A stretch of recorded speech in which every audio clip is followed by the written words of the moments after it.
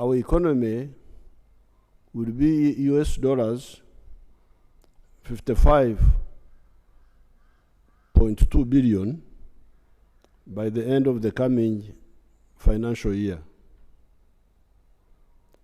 This will mean that our economy will have grown by 37 times. It has increased 37 times in size compared to Uganda's economy of 1986. Therefore, we have done a good job on the three tasks. These tasks should be clear to all of you who get involved in running public affairs. Otherwise, you will make a lot of mistakes. The three tasks are what we call minimum economic recovery.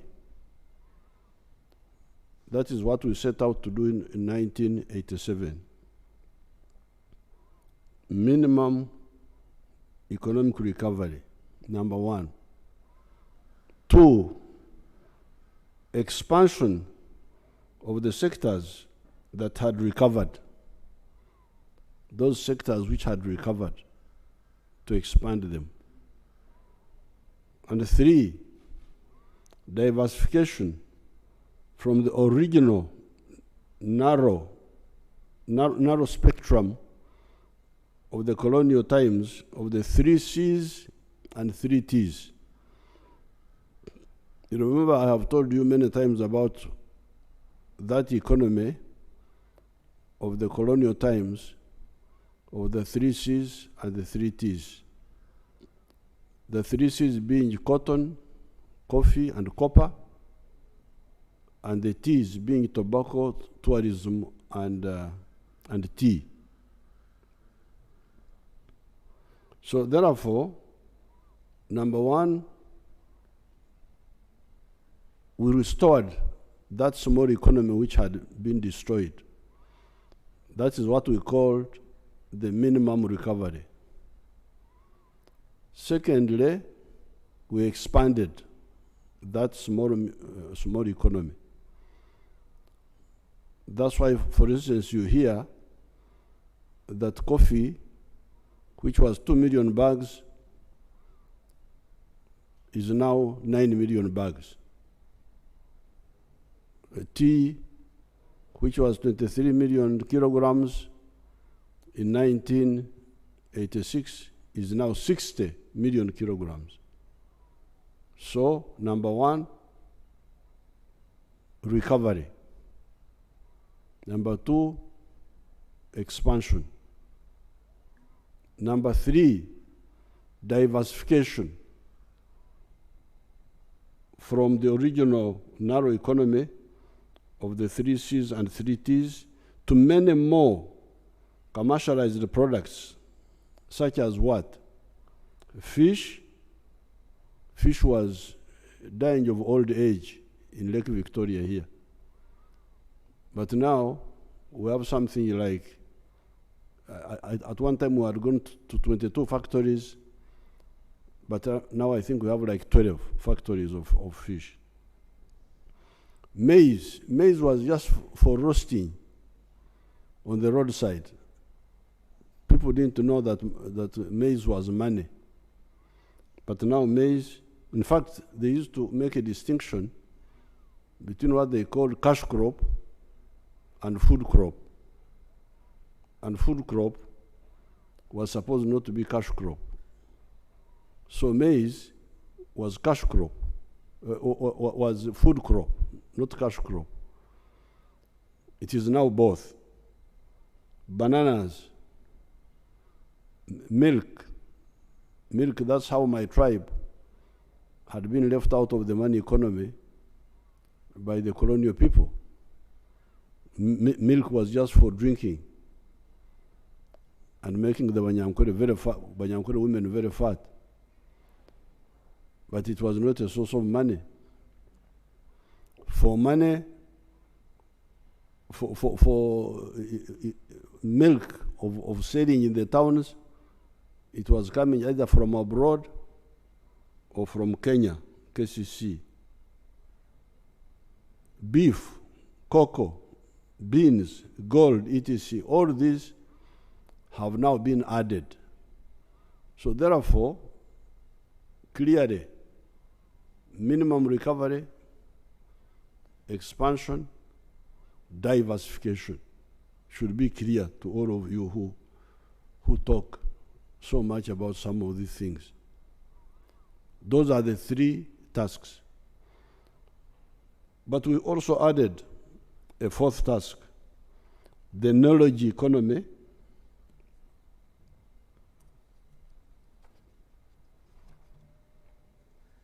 For instance, automobiles, technology. When you talk of Chira, you are now talking of a new economy. You are no longer talking of just coffee and agriculture and hotels. You are not even talking of simple manufacturing. You are talking of high knowledge, high tech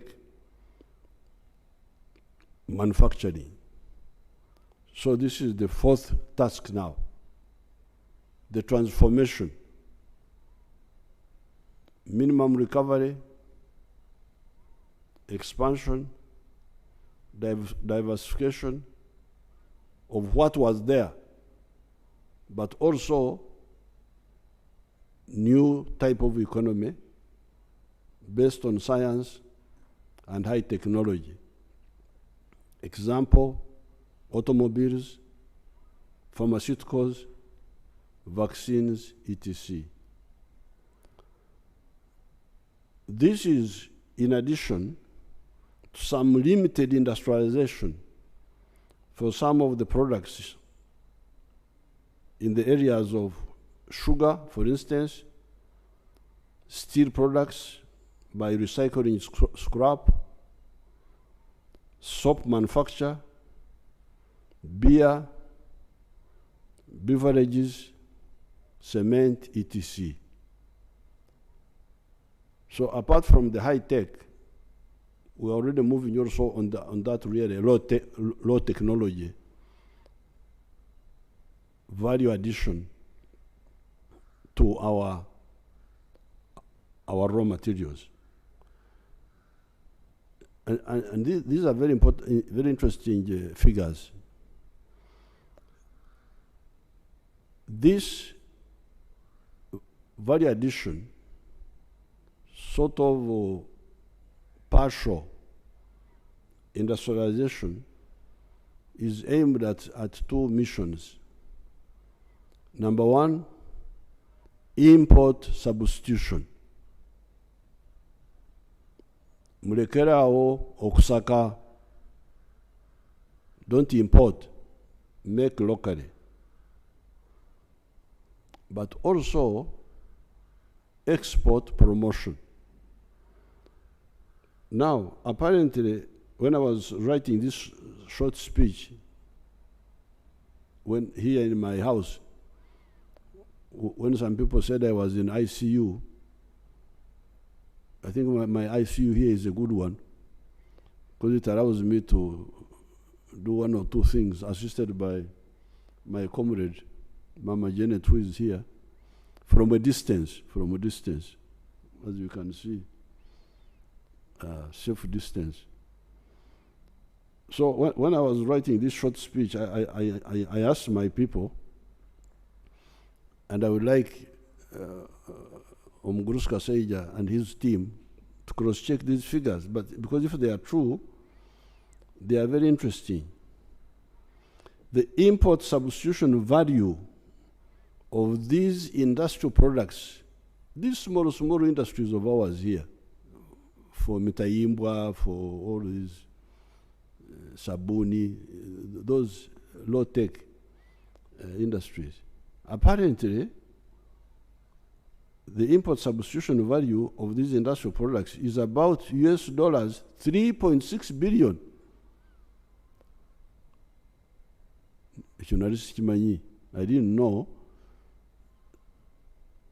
that these small factories of Mitayimbwa, steel bars, soap, all these our little factories, that they are saving us a figure of $3.6 billion, which we would have to look for if we are still importing them. But they are also apparently bringing into the country as export earnings US dollars 1.6 billion.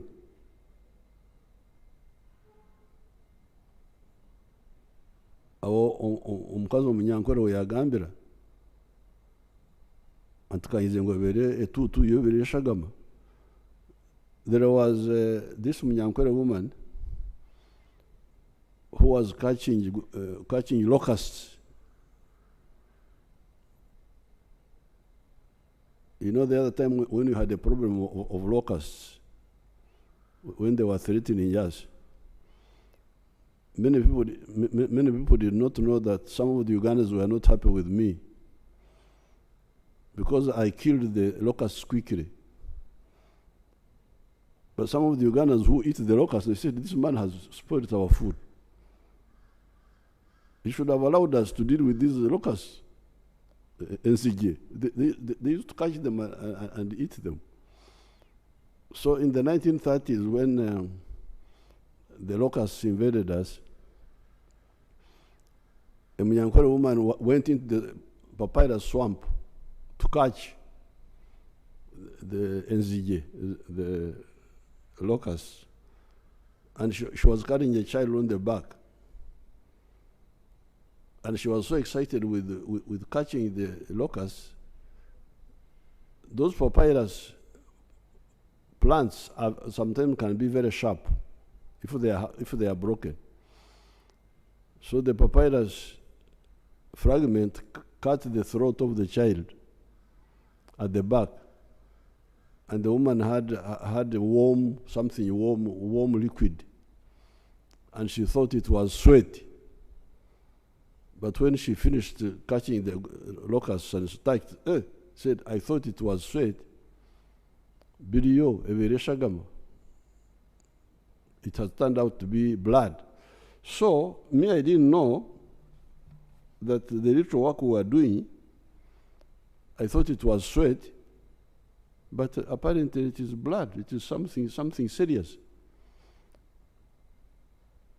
We are saving you 3.6 billion import substitution and earning for you $1.6 billion from the exports of now no longer just coffee and so on and these other things, but industrial products. That's really, I was very happy to get that figure. However, the big proportion of our economy is still a raw materials economy. So please, especially the NRM cadres, understand this very clearly. This economy we are saying has grown, as Mr. Kaseja was saying, to $49 billion now, and it will be 55 point something billion by the end of this financial year, which we have entered. You should know that Chibaro, that estimation is mainly a raw materials economy. Economy ekyali mu kutunda embidde, selling the sour bananas before you process them. Meaning, unprocessed coffee although I am putting on fine spinners shirt here, still much of the cotton is sold as raw material. Maize, you can imagine we sell maize, owempeke, maize of grains outside, and then we import animal feeds, you can imagine. Animal feeds are from mainly maize. You sell grains of maize, you import animal feed more expensively. And our poultry farmers are crying for animal feeds. And the other people of the pigs and so on. And even the cattle people. Until recently, we have been importing leather from outside. You can imagine, amaliba, skins and hides. Until recently, when I built that leather factory in Kaumu, our people were importing leather from China and from India. Now, this is where, and I was hearing all of you making speeches there, but I am begging you, all the NRM cadres, this is where history demands collective and cohesive action from the NRM cadres. Now that we have got an educated workforce, because now we have got, you saw what Mr. Kasaija was saying, that 80% of Ugandans now can read and write. You heard him saying it there. 80%, literacy rate, 80%. From 43% are literate. Now that we have got an educated workforce, now that we have got enough electricity, now that we have got good roads, and that we are building or repairing the railway system, here in the speech I did not add, but Mr. Kasaija talked about it. We have got cheap money in UDB for industry. Every effort must be made to add value to all our products. Because this is what is lacking now. To add value to all our products. Add value to coffee, please. Why? Because you will get money more than 10 times more when you add value to coffee than the way we are selling it now. To cotton, timber, cocoa, even fish products, although the factories are producing fish fillet and so on, but we can add more value, apparently. Gold, we need more gold refineries.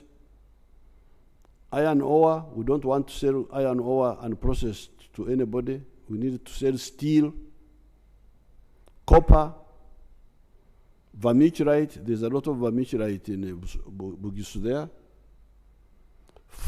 Phosphates, you can imagine we are crying that there is a war in Europe, so we can't get phosphates now. We have phosphates here in Tororo.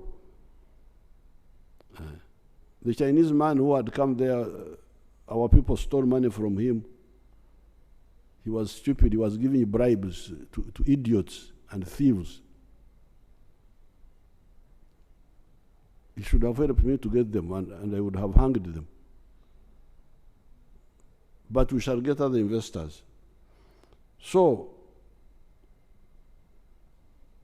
adding value to phosphates, petrochemicals, maize, bananas, etc., etc.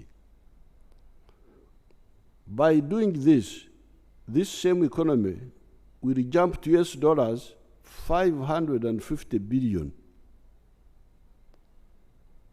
Instead, of the mere 55.2 billion we are talking about, laudable though it is. I am happy to say, oh, we have gone to 55.2 billion, but I'm not satisfied. No. And I think in the other speech which I gave on State of the Nation, I quoted the example of South Korea, and I was able to quote for you the economy of South Korea in 1961. I hope you can compare it with Uganda of 1961. I think that time in the other speech I said the economy of South Korea was two something billion.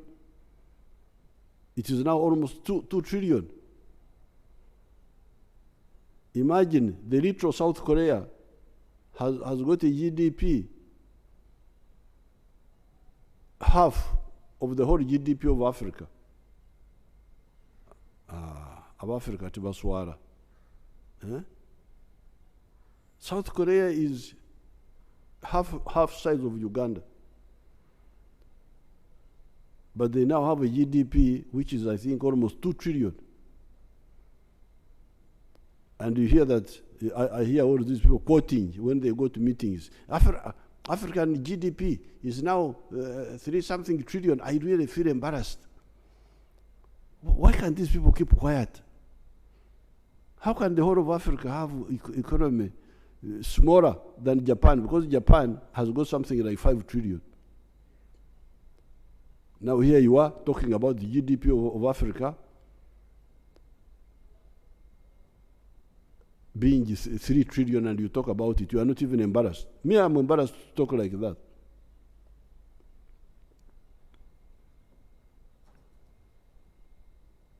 That's what I was telling the NRM MPs in Kyankwanzi. You are talking of the oversight.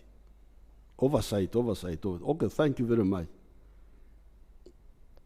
But is it in order to oversight backwardness?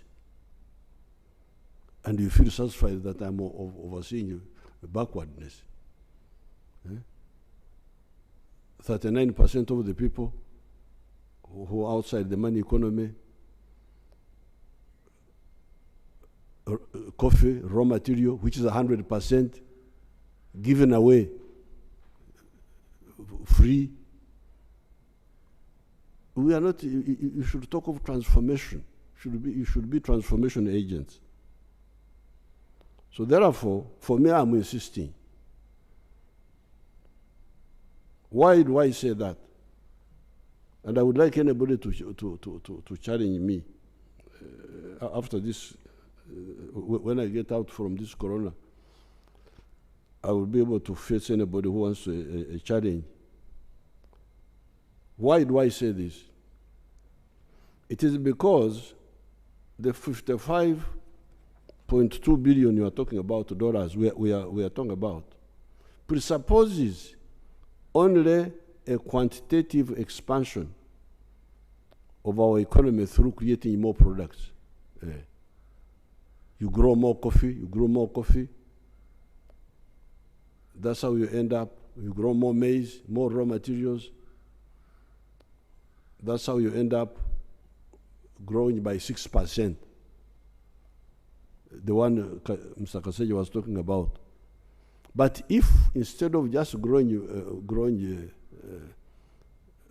coffee beans, if I process a kilo of coffee from bean to powder, instead of earning $2, I earn $40. What is that percentage now? No. I'm not ready to accept that. That slave plan of slavery for Africa. My envisioned economy of US dollars, 550 billion, acknowledges the already achieved goal of quantitative expansion. Grow more coffee, grow more maize, grow more what? Fantastic. But when you add value, what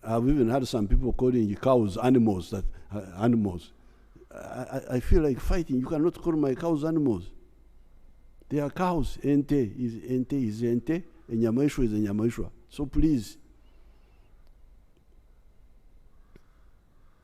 deal with your foreigners, but don't bring your confusion to us. But now, she's the one who wrote this. That Nyakana has got 7,500 birds, out of which 4,500 lay eggs. He collects 120 trays of eggs per day and sells each tray at 12,000 shillings. Earnings, 120 trays times 12,000 is 1.44 million per day. But feeding these hens, what they call birds, he spends 1 million for feeding the hens, and another 40,000 for labor costs. So out of the 1.44 minus 1 million for feeding, then minus 40,000 for labor costs, this therefore leaves him with 400,000 shillings as a daily net income from chicken.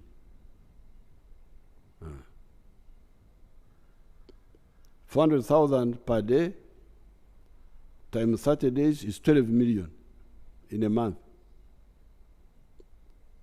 12 million times 12 months is 144 million net. This is somebody in the village.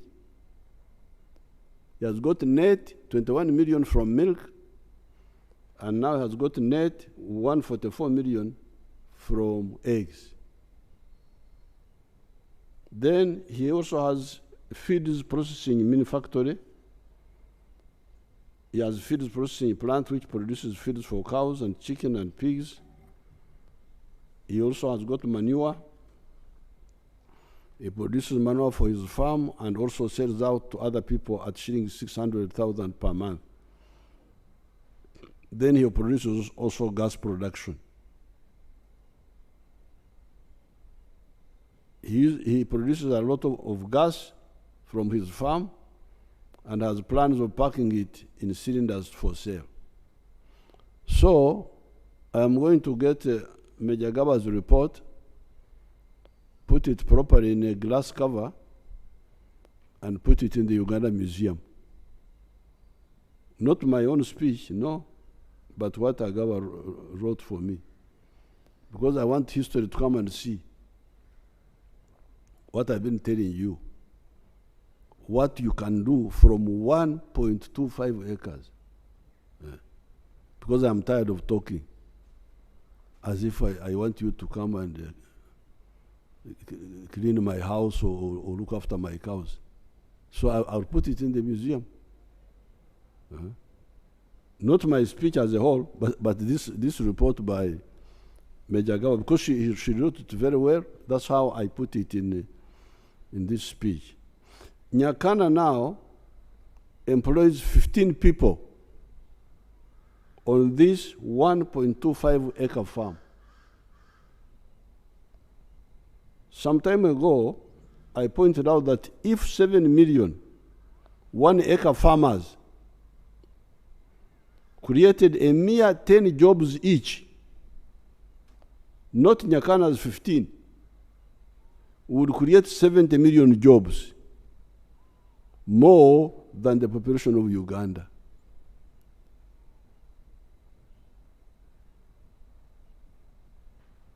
And if you want to know that this is possible, you should find out how many Africans came from other countries and came here.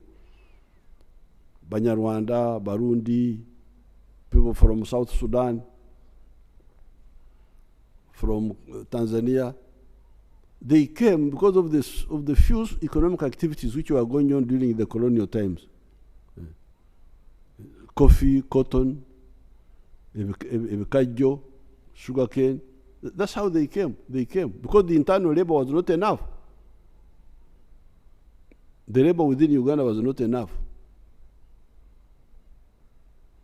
So these Africans from other areas had to come. So even now, if we implement this, we shall have so many jobs that the Ugandans will not be enough. Therefore, no games, please. No games, no delays, no corruption, no aloofness by leaders and officials in the issue of value addition, and no relenting on PDM and Emyoga. Uganda is unstoppable. Some people, when we tell them quietly, politely, they don't seem to get it.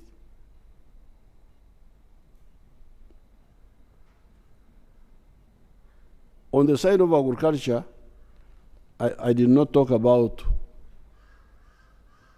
irrigation, solar-powered irrigation, because that one is very, very crucial to be able to stabilize agriculture.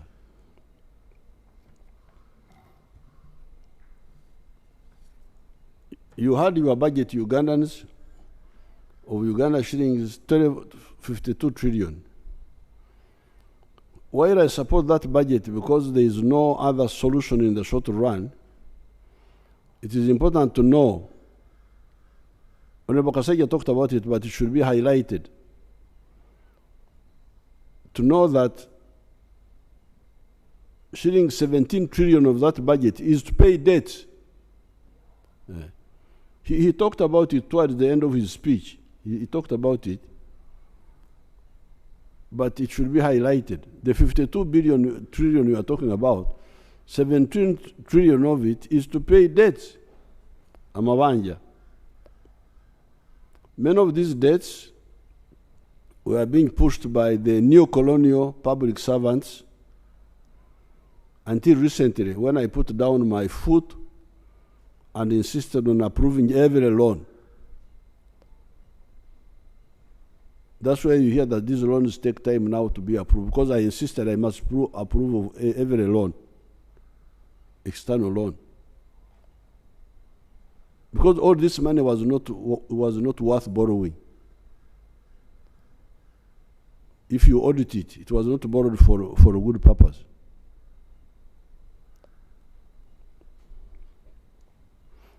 The way forward is that we should borrow less, and I'm glad the minister talked about that, or not to borrow at all. With the discipline, we do not have to borrow at all. URA is also still under collecting taxes. Those URA people, I saw Mr. Msingus there in the TV there, but they are also not doing a good work. Their tax GDP ratio of 13% is not serious. In Europe, countries like Holland, our tax GDP ratio of 39.7%. However, we say in our language here, ekitata muhima tekimala konte. When a cattle keeper still has life, he will get new cows, even if the old ones died. We shall learn from the mistakes of the past and perform better. Now, what I want the NRM cadres to understand is that in order to do the industrialization I talked about, we don't have to use government money. The government money has already been used on the basics, infrastructure, security, and so on. The strategy is to handle well the private sector. Private sector can help us industrialize our country, provided we handle them well. I want to thank all the Ugandans who have been praying for me. I've been watching you praying for me at the National Chairman's office, Babaranda and Hadija Muzukuru, praying in All Saints Church, praying and signing the board here near the gate and all the others who have been wishing me good luck, I appreciate really. It's good to know that I am not as bad as some people try to make me, and that there are Ugandans who appreciate. I also want to congratulate our people in Bukedea. What Right Honorable Speaker spoke about. I was following our guard there, a call, was elected as chairperson with a big majority after the death of the other of the chairman, who was also NRM. I congratulate all those who are involved. I congratulate Right Honorable Anita Among, because she was she helped us a lot. It's not illegal for Speaker to have a clan. Is it in the Constitution that a Speaker must have no clan, including a political clan? So if it's not unconstitutional, then I want to salute her. And the NRM people who stood down, because there were NRM people who stood down for our call. So I thank you, and I wish everybody good luck. Next time when I come on the TV, I will talk about Corona, because now I am an expert, and I'm also a veteran of Corona. So you count me among the veterans. Thank you very much.